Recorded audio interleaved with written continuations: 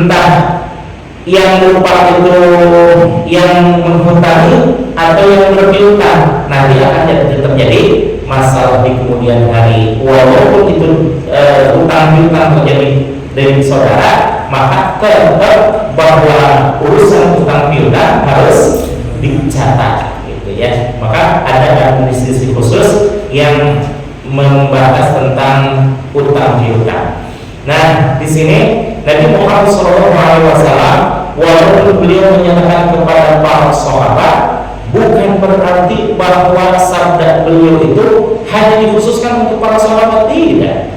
Tapi karena Nabi Muhammad SAW berkedudukan sebagai rahmatan lil alamin, rahmat bagi seluruh alam, bukan hanya alam manusia saja, bukan hanya alam jin, bukan hanya alam malakut, tapi seluruh alam manusia, jin dan malaikat, semuanya dalam genggaman Rasulullah SAW. Pula bukan terjadi hanya pada zaman waktu Rasulullah SAW secara fisik ada, tapi tetap berlaku pada zaman sekarang 2024 hatta yaumul qiyamah. Rasul itu tetap berlaku sampai yaumul qiyamah. Bahkan subhanallah, keistimewaan Nabi Muhammad ini, syariat Nabi Muhammad tidak hanya berlaku dunia ini saja, tapi dimensi ukhrawi Rasulullah SAW tetap berlaku. Nah, ini kelebihan Nabi Muhammad SAW dibanding dengan nabi-nabi yang lainnya. Nabi yang berjumlah 124.000 nabi, dan itu disaring menjadi 313. 124.000 itu yang menjadi nabi, 313 yang menjadi nabi dan rasul. Perbedaannya, kalau nabi seseorang yang mendapatkan wahyu dari Allah untuk dirinya sendiri, tidak wajib untuk disebarkan kepada umatnya. Tapi yang 313 ini seseorang yang mendapatkan wahyu dari Allah Subhanahu wa taala untuk dirinya sendiri, namun berkewajiban untuk menyampaikan kepada umatnya.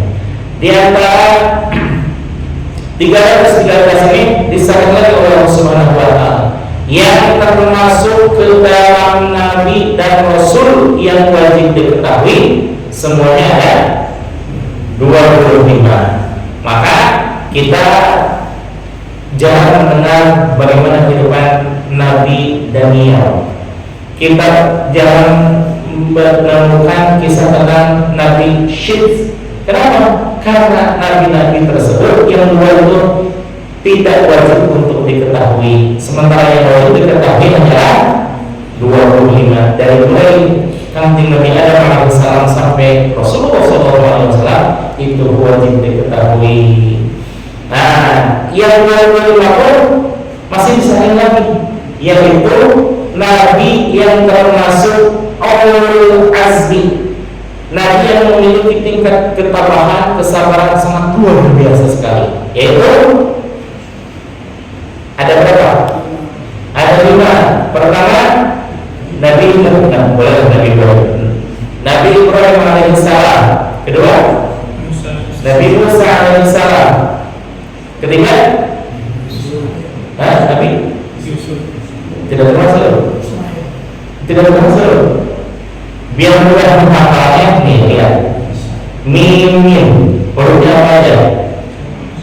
M, I, M, I, Nun. M pertama boleh, Nabi Musa alaihissalam. Yang I-nya Nabi Isa alaihissalam. Yang kedua yang lagi kata Nabi Musa, Nabi Muhammad SAW. Yang kedua ini Nabi Ibrahim alaihissalam, dan N udah pasti tahu ya, Nabi Nuh alaihissalam. Dan satu lagi, ternyata yang 5 termasuk ulul azmi, ada satu yang utama, yang unggul, yang diistimewakan oleh Allah Subhanahu wa taala. Siapa? Sudah pasti sayyidul wujud wa afdhalu kulli mawjud, Nabiyuna Muhammad sallallahu alaihi wasallam. Bahkan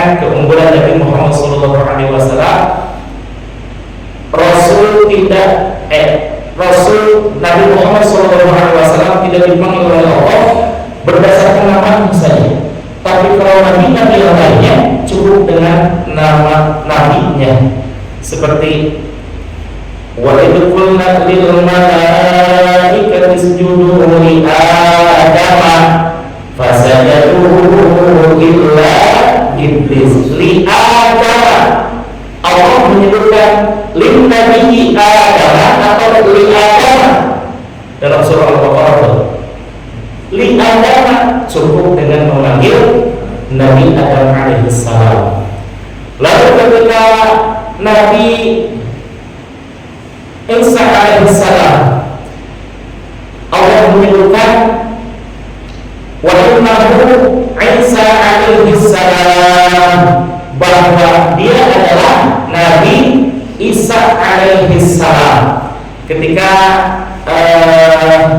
dilahirkan oleh Siti Maria yang berbagai istimewa Nabi Isa alaihissalam, tapi Allah menyebutkan hanya dengan namanya saja. Tapi kepada Nabi Muhammad SAW belum pernah sekalipun Allah menyebutkan ya Muhammad, ya Ahmad, tidak, tapi menyebutkan gelarnya ya ayyuhan nabi. Ayyuhan nabi itu yang dimaksud siapa? Nabi Muhammad SAW. Atau ya ayyuhar rasul, wahai seseorang yang bergelar sebagai Rasulullah. Semuanya juga Rasulullah, utusan Allah, tapi yang dikiaskan, yang mafhum untuk menyebutkan Rasul Allah, Rasulullah SAW adalah hanya Nabi Muhammad SAW. Yang kedua, Nabi Muhammad SAW syariatnya unggul dan menghapus syariat-syariat yang lainnya. Nabi Adam alaihissalam hanya untuk berlaku kepada keturunannya saja, umatnya saja. Salah satu syariatnya, Siti Hawa setiap melahirkan dua pasang, satu pasang, laki perempuan, laki dan perempuan, labuda dengan Iklimah salah satunya. Maka syariat pernikahan di zaman Nabi Adam alaihissalam yaitu kakaknya menikahi adiknya atau adiknya menikahi saudaranya. Jadi harus silang. Misalkan labuda saudara kembarnya adalah Habil, sementara Qabil saudara kembarnya adalah Iklimah. Namun Iklimah ini dikatakan parasnya cantik, sehingga Qabil ini ingin menikahi Iklimah, sementara Qabil beruntung karena syariatnya harus terjadi silang, tidak boleh menikahi saudara kembarnya. Maka semuanya itu dihapuskan dengan syariat Nabi Muhammad SAW.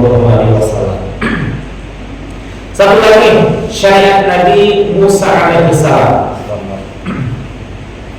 Sini istimewa ya, ada budaya kopi luar biasa.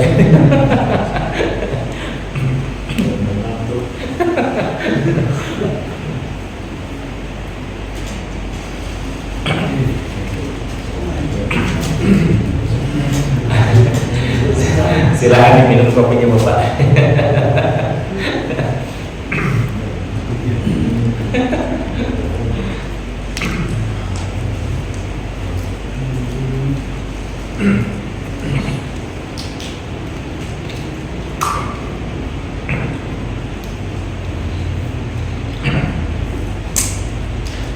Satu lagi yaitu syariatnya Nabi Musa alaihissalam.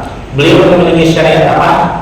Bahwa setiap baju yang kena najis, cara menghilangkan